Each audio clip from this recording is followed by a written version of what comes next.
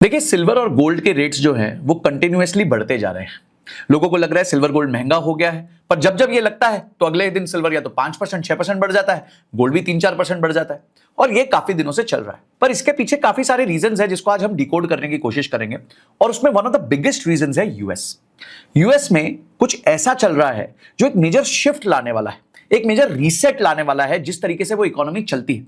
और आज की इस पूरी वीडियो में मैं वही आपके सामने डिकोड करने की कोशिश करूंगा। मैं आपको बताने वाला हूं कि क्या ऐसे एक्शंस होने वाले हैं फ्यूचर में जिसकी वजह से अलग अलग एसेट क्लासेस पे क्या फर्क पड़ेगा, इक्विटीज पे, गोल्ड पे, सिल्वर पे, रियल एस्टेट पे क्या हो सकता है फ्यूचर में अगले 1 साल के अंदर। ये आज मैं डिकोड करने की कोशिश करूंगा। इसके लिए मैं बहुत सारे डेटा पॉइंट्स यूज करूंगा, बहुत सारी एनालिसिस यूज करूंगा। इसलिए मैं चाहता हूं इस वीडियो को आप बहुत शांति से, आराम से देखें, टाइम लगा के देखें, ताकि आप भी समझ पाए कि हम सिर्फ इस डर में ना रहें कि एसेट प्राइस बढ़ रहा है, बहुत ऊपर चला गया है, इसलिए आज लेना है नहीं लेना है। हम अपनी एनालिसिस करें, बात को समझें, मुद्दे को समझें और एसेट एलोकेशन को समझें। तो ये सारी चीजें आज की वीडियो में होने वाली है। ये एक वैल्यू बॉम्ब वीडियो होने वाली है, इसलिए इस वीडियो को एंड तक जरूर देखना और अपना कंप्लीट नॉलेज लेना कि एक्चुअली मार्केट में चल क्या रहा है डिफरेंट करेंसीज में और ग्लोबली और खासकर यूएस में, जो हमारे एसेट क्लासेस को कैसे इंपैक्ट करेगा हम समझ लेंगे। पर आगे जाने से पहले अभी तक आप में से सिर्फ 26% लोगों ने इस चैनल को सब्सक्राइब किया है। बहुत मेहनत लगती है, रिसर्च लगती है। रिक्वेस्ट करूंगा कि एक बार सब्सक्राइब जरूर दबा दीजिए, घंटी दबा दीजिए, ताकि ऐसी वीडियोस आपसे मिस ना हो। आइए दोस्तों, स्क्रीन पे चलते हैं और यहां आप सिल्वर का चार्ट दे सकते हैं। ये डेली चार्ट है। अब कल 12 जनवरी को, मंडे को, सिल्वर 6.5% ऊपर चला गया। आज जब मैं ये वीडियो रिकॉर्ड कर रहा हूं, फिर से सिल्वर ग्लोबल मार्केट में 0.77% अप है। अगर आप कुछ पिछले महीनों का एनालिसिस देखें तो ये मई 2025 से लेकर आज तक, यानी करीबन 9 महीने से सिल्वर कभी भी मंथली बेसिस पे नेगेटिव क्लोज नहीं हुआ है। 9 months of consecutive upside for silver. और वो 9 महीने में कितना ऊपर चला गया वो भी देख लेते हैं। ये 9 महीने में, पिछले 9 महीने में सिल्वर की जो ग्रोथ है वो 170% हुई है। यानी कि अगर आपने 1 लाख रुपए डाले होते तो आज आपके सिल्वर में 2,70,000 रुपीज की सिल्वर की वैल्यू हो चुकी होती मात्र 9 महीने के अंदर। इस तरीके से सिल्वर ने ग्रोथ दी। हमने सिल्वर के बारे में बहुत एनालिसिस करी, बहुत वीडियोस भी करी है।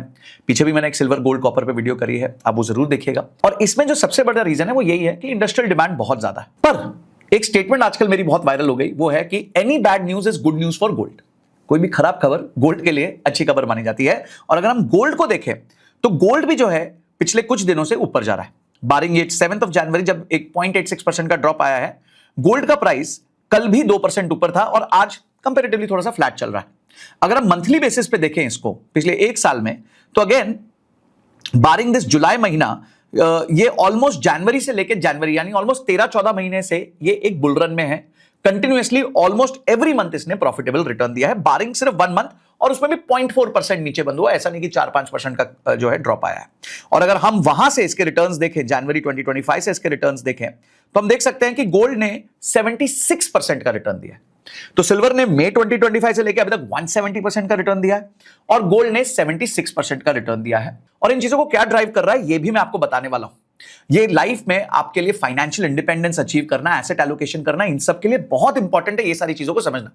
और ऐसा ही फाइनेंशियल इंडिपेंडेंस अचीव करने के लिए मैं भी आपके लिए एक मास्टर क्लास लेके आया। तो अगर आप फाइनेंशियल इंडिपेंडेंस को अचीव करना चाहते हैं, वो राइट नंबर ढूंढना चाहते हैं, एसेट एलोकेशन को समझना चाहते हैं, ये जानना चाहते हैं कि एक म्यूचुअल फंड्स को कैसे इवैल्यूएट करते हैं कि वो आपके गोल के प्रति सही है कि नहीं है, तो इसके लिए मैं एक मास्टर क्लास अरेंज कर रहा हूं। ये मास्टर क्लास वैसे तो टोटली फ्री ऑफ कॉस्ट है, पर इसमें सिर्फ 1000 सीट्स है। तो नीचे मैंने लिंक डिस्क्रिप्शन में दिया हुआ है, वो फॉर्म भर दीजिए। फॉर्म के एंड में एक व्हाट्सएप ग्रुप होगा, उसको ज्वाइन कर लीजिए। अगर वो व्हाट्सएप ग्रुप फुल हो गया तो फर्दर एडमिशंस नहीं होंगे। मास्टर क्लास एब्सोल्युटली फ्री है। इसको आज तक 50,000 से ज्यादा लोग अटेंड कर चुके हैं और अपने लिए फाइनेंशियल फ्रीडम का पाथ सिलेक्ट कर चुके हैं। तो फटाफट जाइए, फॉर्म भरिए और फॉर्म के एंड में व्हाट्सएप ग्रुप को ज्वाइन कर लीजिए। अब वापस आते हैं, तो गोल्ड ने हमारे को 75% का रिटर्न दिया है, सिल्वर ने 170% का रिटर्न दिया है। इसके कॉन्ट्रीब्यूटर्स क्या रहे हैं? इसका पहला कॉन्ट्रीब्यूटर अगर आप देखेंगे तो डॉलर इंडेक्स रहा है। ठीक है, डॉलर इंडेक्स का मतलब होता है कि डॉलर की strength as against other currencies. इसको हम डेली बेसिस पे नहीं देखेंगे, इसको जरा हम मंथली बेसिस पे देखते हैं। और अगर मंथली बेसिस पे देखें तो हम देख रहे हैं कि 2025 में डॉलर इंडेक्स जो है वो करीबन आज 11% गिर चुका है। 11% गिर चुका है। अब जब डॉलर इंडेक्स कमजोर होता है, इसका मतलब क्या होता है? डॉलर इंडेक्स कमजोर होता है मतलब जो बाकी करेंसीज है एज कंपेयर टू डॉलर, जो बड़ी करेंसीज है, यूरो है, ये जो करेंसीज हैं ये इससे बेटर परफॉर्म करती हैं। तो अगर आप यूरो देखें, तो अगर हम जनवरी 2025 से यूरो को देखें एज कंपेयर टू डॉलर, तो यूरो ने करीबन 15% का अप्रिसिएशन दिया है। तो इंडिया की करेंसी तो डॉलर के अगेंस्ट भी टूटी है और डॉलर जो है यूरो के अगेंस्ट टूटा है। तो अगर आप यूरो के अगेंस्ट देखेंगे तो इंडियन करेंसी की तो बैंड बच चुकी है। ठीक है, तो यूरो जो है वो 15% अप्रिशिएट हुआ। अब आप बात को समझिए कि जो गोल्ड होता है या सिल्वर होता है वो कौन सी करेंसी में डिनोमिनेटेड है? वो यूएस डॉलर में डिनोमिनेटेड है। तो अगर यूरो अप्रिशिएट कर रहा है और वो यूएस डॉलर में गोल्ड और सिल्वर डिनोमिनेटेड है, तो यानी कि यूरोप के लिए तो गोल्ड और सिल्वर और सस्ता हुए जा रहा है। तो इस साल अगर गोल्ड और सिल्वर ने डॉलर टर्म्स में, लेट्स से गोल्ड ने 75% रिटर्न्स दिए और यूरो 15% अप्रिशिएट कर गया, तो यूरो वालों के लिए तो सस्ता हो गया ना गोल्ड खरीदना। तो इसीलिए गोल्ड की डिमांड यहां से भी राइज करती है। जब भी डॉलर इंडेक्स टूटता है या अदर बिगर ग्लोबल करेंसीज जो हैं वो डॉलर के अगेंस्ट अप्रिशिएट करती हैं, तो गोल्ड के प्राइस में अप्रिसिएशन आता है। और ये हमने अपनी आंखों के सामने देख लिया। और यहीं अगर हम ग्रेट ब्रिटेन पाउंड भी देखें, ठीक है, तो उसने भी पिछले एक साल में ऑलमोस्ट डॉलर के अगेंस्ट 11% का अप्रिसिएशन दिखाया। ये 11% का अप्रिसिएशन दिखाया। तो डॉलर के अगेंस्ट यूरो और पाउंड दोनों ने अप्रिसिएशन दिखाया है और दोनों के लिए गोल्ड सस्ता हो गया। उन्होंने गोल्ड में जो है पैसा मूव करना चालू किया एंड ऑब्वियसली उसकी वजह से गोल्ड की डिमांड बढ़ी और गोल्ड का प्राइस भी बढ़ गया। तो ये एक सेट ऑफ रीजंस है जो आता है जिस वजह से गोल्ड का और सिल्वर का प्राइस पिछले साल में बढ़ा है। अब आगे चलते हैं यूएस की तरफ। चलिए अब यूएस के अंदर जाते हैं, क्योंकि यूएस के अंदर जो हो रहा है ना वो बहुत डरावना है। देखिए, जैसे इंडिया में सारे जो इकोनॉमिक कंट्रोल्स होते हैं, पॉलिसी मेकिंग कंट्रोल्स होते हैं, मॉनेटरी पॉलिसी होती है। मॉनेटरी पॉलिसी मतलब ब्याज दर बढ़ेगी, ब्याज दर घटेगी, ये सारा कंट्रोल होता है रिजर्व बैंक ऑफ इंडिया के पास। रिजर्व बैंक ऑफ इंडिया को ना 3 चीजें कंट्रोल करनी है और इसको कहा जाता है इकोनॉमिक्स में इम्पॉसिबल ट्रिनिटी। 3 चीजें क्या कंट्रोल करनी है? उनको इंटरेस्ट रेट कंट्रोल करना है, उनको इन्फ्लेशन कंट्रोल करनी है और उनको ग्रोथ कंट्रोल करनी है। ये तीनों चीजों का कंट्रोल जो है वो मॉनेटरी पॉलिसी से किया जाता है by Reserve Bank of India, जिसे हम भारत देश का सेंट्रल बैंक भी बोलते हैं। अब ये जो इम्पॉसिबल ट्रिनिटी अगर आप ट्रायंगल पे देखें कि ग्रोथ है, इन्फ्लेशन है और इंटरेस्ट रेट है। अब समझिए, अगर इन्फ्लेशन बढ़ेगी तो इंटरेस्ट रेट बढ़ाना पड़ेगा, इंटरेस्ट रेट बढ़ेगा तो ग्रोथ कम होगी। क्यों ग्रोथ कम होगी? क्योंकि इंटरेस्ट रेट बढ़ेगा तो कैपिटल महंगा हो जाएगा और जो बिजनेसेस को आगे कैपिटल डिप्लॉय करना था, बिजनेसेस को ग्रोथ करनी थी, वो नया कैपिटल नहीं लेंगे। पुराने कैपिटल पे उनका ब्याज दर बढ़ सकता है और अगर पुराने कैपिटल पे ब्याज दर बढ़ा तो उनका प्रॉफिटेबिलिटी कम हो जाएगा। पर यहीं जब साइकिल उल्टा होता है, इन्फ्लेशन कम होती है, ग्रोथ ज्यादा होने लगती है, इंटरेस्ट रेट कम होते हैं। आप देखेंगे पिछले कुछ टाइम में इंडिया में इन्फ्लेशन काफी ईज हुई है। पिछले महीने जो रिजल्ट आया वो तो 0.25% बोल रहे हैं, पर हो सकता है अगर आप ग्राउंड लेवल पे जाए तो वो 0.25% नहीं होगा, पर 5 से 6% के बीच में इन्फ्लेशन आपको दिखेगी। और यहीं पे देखा है कि reserve Bank of India continuously उसने रेट्स को कम किया है। पिछली बार भी उन्होंने 0.25% का रेट कम कर दिया। अब इससे क्या होगा? इससे इंडियन इकोनॉमी जो है ग्रोथ करती है और इसलिए आप देखते हैं कि इंडियन इकोनॉमी 7 to 8% की ग्रोथ कर रही है। पर यूएस में अगर हम जाएं तो यूएस में कहानी थोड़ी सी अलग चल रही है और इंडिया में भी रिजर्व बैंक ऑफ इंडिया की खुद की ऑटोनॉमी है। वो हमेशा खुद डिसाइड करता है मार्केट्स को समझने के बाद कि भाई मेरे को जो है ब्याज दर बढ़ाने चाहिए, ब्याज दर घटाने चाहिए। इसमें गवर्नमेंट का बहुत ज्यादा इंटरफेरेंस नहीं होता। तो जिस तरह इंडिया के पास रिजर्व बैंक ऑफ इंडिया है, उसी तरह यूएस के पास है फेडरल रिजर्व। और फेडरल रिजर्व जो है वो भी यही काम करता है कि वो मॉनेटरी पॉलिसी को कंट्रोल करता है, ब्याज दर बढ़ाता है, ब्याज दर घटाता है। अगर उसको लग रहा है मार्केट बहुत हीट हो गई है, इन्फ्लेशन हो गया है, एसेट प्राइस बबल क्रिएट हो रहा है, तो वो धीरे धीरे ब्याज दर को बढ़ाएगा। और अगर उसको लग रहा है कि मार्केट स्टैग्नेंट हो गई है, अभी ग्रोथ नहीं हो रही है, एसेट प्राइस में बबल नहीं, तो धीरे धीरे हो सकता है वो इंटरेस्ट रेट को, इन्फ्लेशन कम हो रहा है तो इंटरेस्ट रेट को कम करेगा। और यहीं पे आ रहा है नया सबसे बड़ा प्रॉब्लम, जिसको हम कह सकते हैं कि फेड रीसेट। यानी कि डोनाल्ड ट्रंप जो है ना अब टोटली फेडरल रिजर्व के पीछे पड़ गया और ये मैं आपको प्रूव करके बताता हूं। यहां पे अब यहां पे क्या लिखा है? Gold hits new high as Trump probes Fed chair Powell. अब जो फेडरल रिजर्व के चेयरमैन है उनका नाम है जेरोम पावेल। अब जेरोम पावेल जो है उनके ऊपर जो है डोनाल्ड ट्रंप ने प्रेशर बनाना चालू कर दिया है और उनके अगेंस्ट प्रोब्स चालू कर दिए। और ये क्यों चालू करे हैं? क्योंकि वो उनकी बात नहीं मान रहे, ऐसा जेरोम पावेल कह रहे हैं। अगले आर्टिकल में भी आप देख सकते हैं कि वो अंडर इन्वेस्टिगेशन है, पर वो ट्रंप के सामने झुकेगा नहीं, वो पुष्पा बन गए। वो कह रहे हैं मैं नहीं झुकूंगा ट्रंप के सामने, क्योंकि ट्रंप चाहते हैं कि ब्याज दर कम हो। अगर मैं आपको इसको समझाऊं, फेडरल रिजर्व के काम को ठीक से समझाऊं, तो आप देख सकते हैं मई 15, 2026 को फेडरल रिजर्व की लीडरशिप चेंज होने वाली। जेरोम पावेल का जो टर्म है वो खत्म होने वाला है, ठीक है। और अभी जो करंट स्टांस है वो ये है कि सिंस 2025 व्हाइट हाउस ने डिमांड किया है कि 1% रेट कम कर दे, पर चेयरमैन पावेल ने रिफ्यूज कर दिया, यानी उन्होंने डोनाल्ड ट्रंप को रिफ्यूज किया।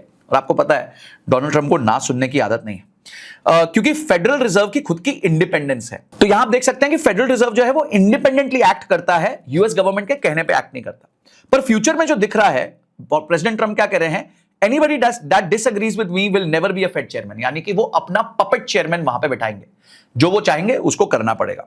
और ये जो जेरोम पावेल नहीं कर रहे हैं, इसलिए उनके अगेंस्ट जो है डिपार्टमेंट ऑफ जस्टिस एक्ट कर रहा है, और जो है ट्रंप उनके पीछे पड़े हुए, उनकी जान के पीछे पड़े हुए हैं।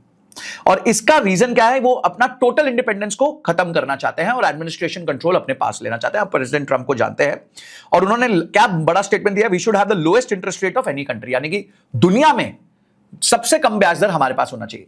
अब सोचिए कि सबसे कम ब्याज दर जो पहले थी ना, वो जापान के पास थी, और आज जापान का डेट टू जीडीपी रेशियो 250% है। यानी कि अगर जापान की जीडीपी 100 है तो उनका डेट 250 है, और यहीं जो यूएस का नंबर है वो करीबन 140 के आसपास है। तो इसलिए डोनाल्ड ट्रंप कह रहे हैं भाई हमारा इंटरेस्ट रेट और भी कम होना चाहिए। जापान ने तो अब रिसेंटली इंटरेस्ट रेट्स बढ़ाने चालू कर दिए, पर यूएस कह रहा है कि हमारा कम होना चाहिए। अगर आप फेडरल रिजर्व का स्ट्रक्चर देखें ना, तो उसमें 12 लोग होते हैं, ठीक है, और 12 लोग में 7 गवर्नर होते हैं। अब वो 7 गवर्नर की जो टर्म होती है वो 14 साल की होती है, 14 ईयर्स का टर्म होता है, छोटा टर्म नहीं होता, 14 साल का टर्म होता है। और 4 जो गवर्नर है 7 में से वो ट्रंप अपॉइंटेड है, तो यानी कि हम ये मान सकते हैं ये 4 तो भैया ट्रंप के हो गए। अब अगर उन्होंने फेड रिजर्व चेयरमैन को हटा दिया, और वो कोशिश कर रहे हैं कि उनकी डेप्यूटी को भी हटा दे, उनकी जो डेप्यूटी है लीजा कुक, उसको भी हटा दिया जाए, ये दोनों को हटा दिया जाए, तो भाई जो ट्रंप के पास टोटल कंट्रोल हो जाएगा और 7 आउट ऑफ 12 की मेजॉरिटी उनके पास आ जाएगी, और उससे वो जो है जो भी चाहते हैं फेड में करना वो कर सकते हैं। ब्याज दर कम करनी है तो ब्याज दर कम कर सकते हैं, ज्यादा करनी है तो ज्यादा कर सकते हैं। तो ये जो है फेडरल रिजर्व का एक स्ट्रक्चर होता है, उस स्ट्रक्चर के तहत फेडरल रिजर्व काम करता है, और इस पे कंप्लीट कंट्रोल डोनाल्ड ट्रंप को चाहिए। अब फेडरल रिजर्व क्या करता है? फेडरल रिजर्व जैसे इंडिया में reserve Bank of India repo rate को कंट्रोल करता है, रीपर्चेज रेट को। रीपर्चेज रेट वो होता है जो जिसमें बैंक्स जो है रिजर्व बैंक ऑफ इंडिया से बोरो करते हैं। इसी तरह वहां पे फेडरल फंड रेट होता है, जहां पे बैंक्स एक दूसरे को जो उधार देते हैं वो इस रेट पे देते हैं। अब ये रेट जितना कम होगा, बैंक सामने उतना इंटरेस्ट रेट बेनिफिट कस्टमर को पास ऑन करेगा, और जितना वो पास ऑन करेगा इकोनॉमी में उतनी ग्रोथ होगी। जितना ब्याज की दर कम होगा उतना लोग घर भी खरीदेंगे, बिजनेस भी चलाएंगे, इन्वेस्टमेंट्स करेंगे, प्राइवेट इन्वेस्टमेंट्स बढ़ जाएंगी, तो जीडीपी टोटल ग्रो करेगी। ये एजेंडा है। पर इससे नुकसान क्या है कि जो एफडी के रेट हैं, सेविंग्स इंटरेस्ट के रेट है, वो कम हो जाएंगे। तो यानी कि जिसका पैसा जो है सिर्फ बैंक में पड़ा रहेगा उसको बहुत नुकसान होने वाला है। अब इससे बेनिफिट जो हमने डिस्कस किया क्या होगा? बोरोइंग कॉस्ट कम हो जाएगी और हाउसिंग मार्केट जो है बढ़ जाएगी। अब दूसरी तरफ क्या होगा? क्योंकि मैंने आपको वो इंपॉसिबल ट्रिनिटी समझाया था, जैसे ब्याज दर कम होगा धीरे धीरे इन्फ्लेशन बढ़ने लगेगी। इसलिए इन तीनों चीजों को साथ में कंट्रोल करना बड़ा मुश्किल होता है। आप एक चीज को पकड़ते हो दूसरी चीज बढ़ जाती है, दूसरी चीज को पकड़ते हो पहली चीज बढ़ जाती है। तो ये सारी चीजें ना एक साथ मैनेज करना बहुत मुश्किल है, और यही काम जो होता है वो किसी भी सेंट्रल बैंक का होता है, जैसे रिजर्व बैंक ऑफ इंडिया हो गया या फेड हो गया, ठीक है। अब लोअर इंटरेस्ट रेट्स का बेनिफिट किसको आता है? बेनिफिट आता है जिसके पास एसेट्स होते हैं। जो एसेट्स में इन्वेस्ट करता है उसको लोअर इंटरेस्ट रेट का बेनिफिट मिलता है। क्यों? क्योंकि जब आप समझिए कि लोगों के पास पैसा पड़ा है, आपके पास 1 लाख रुपए पड़ा है, आपके पास एक एफडी थी 6% के, आप गए एफडी पे वापस, वो बोला नहीं अब 6% नहीं मिलेगा, अब 4.5% मिलेगा। आप बोलोगे यार 4.5%, इससे अच्छा तो मैं थोड़ी देर के लिए एसआईपी कर लेता हूं, कुछ इन्वेस्टमेंट कर लेता हूं। तो क्या होगा? पैसा बैंक से उठ के इन्वेस्टमेंट एसेट क्लास में आ जाएगा, एसेट्स में आ जाएगा। पर अगर आपका पैसा 4.5 पे रह गया तो आपकी कमाई कम हो जाएगी। तो ये वो टाइम होता है जब निवेशक जो है वो एसेट्स की तरफ मूव करते हैं, और कौन सा एसेट कैसे बिहेव करेगा ये अभी मैं वीडियो में बताता रहूंगा। वीडियो अभी तक पसंद आ रही तो लाइक जरूर कर देना, और कमेंट सेक्शन में फेड लिख देना अगर ये पूरा सिस्टम आपको समझ आ गया हो तो। अब हम समझते हैं कि जब ब्याज दर कम होगी तो अलग अलग एसेट क्लास पे क्या उसका इंपैक्ट आएगा और उसका लॉन्ग टर्म रिस्क क्या है। हम स्टॉक्स और इक्विटीज की बात करते हैं तो prices are likely to rise as borrowing cost will fall. Borrowing cost fall होगी तो कंज्यूमर स्पेंडिंग बढ़ेगी, कंज्यूमर स्पेंडिंग बढ़ेगी तो जो कंपनीज वो माल बेच रही हैं उनका रेवेन्यू बढ़ेगा, और क्योंकि उनकी भी बोरिंग कॉस्ट कम हो जाएगी तो उनका प्रॉफिट भी बढ़ेगा। तो एक तरीके से इक्विटी मार्केट्स में बहुत सॉलिड रोटेशन आएगी, और शॉर्ट टर्म में जो कंजम्पशन सेक्टर्स होते हैं जैसे ऑटो, यूटिलिटीज, ये सारी चीजें जो है आपकी बढ़ेगी। गाड़ियां ज्यादा बिकेंगी, एफएमसीजी ज्यादा बिकेगा, व्हाइट गुड्स बहुत बिकेंगे, टीवी बिकेगा, ये सब बिकेगा क्योंकि बाय नाउ पे लेटर हो सकता है सस्ता हो जाए। पर लॉन्ग टर्म में एसेट बबल क्रिएट हो सकता है, वॉलेटिलिटी बहुत ज्यादा आ सकती है, और जैसे इन्फ्लेशन राइज करेगा तो ऑब्वियसली ऑटोमेटिकली एसेट क्लासेस के प्राइस कम हो जाएंगे। अगर आप बॉन्ड्स की बात करें, फिक्स्ड इनकम की बात करें, तो फिक्स्ड इनकम के जो एग्जिस्टिंग बॉन्ड्स इशू किए हुए हैं उनका भाव बढ़ जाएगा। फॉर एग्जांपल आपके पास एक 1 लाख रुपए की एफडी है, और आपके पास वो एफडी पे अभी बैंक आपको 7% साल का इंटरेस्ट रेट दे रहा है। अब सडनली बैंक ने रेट कर दिया 6%, पर आपका लॉक्ड इन है, आपको 7% मिलना ही मिलना है, यानी आपकी एफडी की वैल्यू बढ़ चुकी है। ठीक है, क्यों? क्योंकि आपकी एक एफडी है जिसपे 7% मिल रहा है, और वही बैंक के पास जब मैं नई एफडी करने जा रहा हूं तो मेरे को 6% मिल रहा है, तो आपके पास जो एफडी है वो दैट बिकम्स मोर वैल्यूएबल, उसकी वैल्यू बढ़ जाती है। बट अब कोई नया व्यक्ति जाएगा अगर एफडी करने तो उसको 6% मिलेगा। तो बॉन्ड्स में अगर आपके पास पहले से कुछ बॉन्ड्स पड़े हैं तो इंटरेस्ट रेट कम होता है तो बॉन्ड की वैल्यू बढ़ जाती है। बट अगर आप नया इन्वेस्टमेंट करना चाहेंगे तो आपको कम इंटरेस्ट रेट मिलेगा। गोल्ड और सिल्वर में क्या होगा, prices surge as investors seek safe haven assets and hedges against currency devaluation and inflation. ये समझने की बात है। अभी तक हम बात कर रहे हैं सर गोल्ड तो महंगा हो गया, सिल्वर तो महंगा हो गया, मैंने तो 60,000 देखा था, गोल्ड आज 1.5 लाख के आसपास आ गया, सिल्वर भी जो है वो 2.5 लाख के आसपास आ गया, रोज बढ़ते जा रहा है, तो ये तो गिरने वाला है। अब यहां आपको समझने की जरूरत है कि जो यूएस हरकतें कर रहा है अगर वो उसमें सक्सेसफुल हो जाता है, और हो जाता है कैसे हो जाता है वो मैं आपको दिखाऊंगा आगे, तो इन दैट केस गोल्ड और सिल्वर में भी लोग पैसा पार्क करेंगे, क्योंकि ये इन्फ्लेशन का हेज होता है। एक चीज याद रखिएगा, जब ग्रोथ बढ़ेगी तो इन्फ्लेशन भी बढ़ेगी धीरे धीरे। मैंने बताया ना, ग्रोथ, इन्फ्लेशन, इंटरेस्ट रेट, जैसे जैसे ग्रोथ बढ़ेगी वैसे वैसे इन्फ्लेशन भी बढ़ेगी, और जैसे जैसे इन्फ्लेशन बढ़ेगी लोगों को चाहिए कि हमारा इन्फ्लेशन का हेज हो, यानी कि इन्फ्लेशन के हिसाब से जो चीज बढ़ती है और वो गोल्ड है।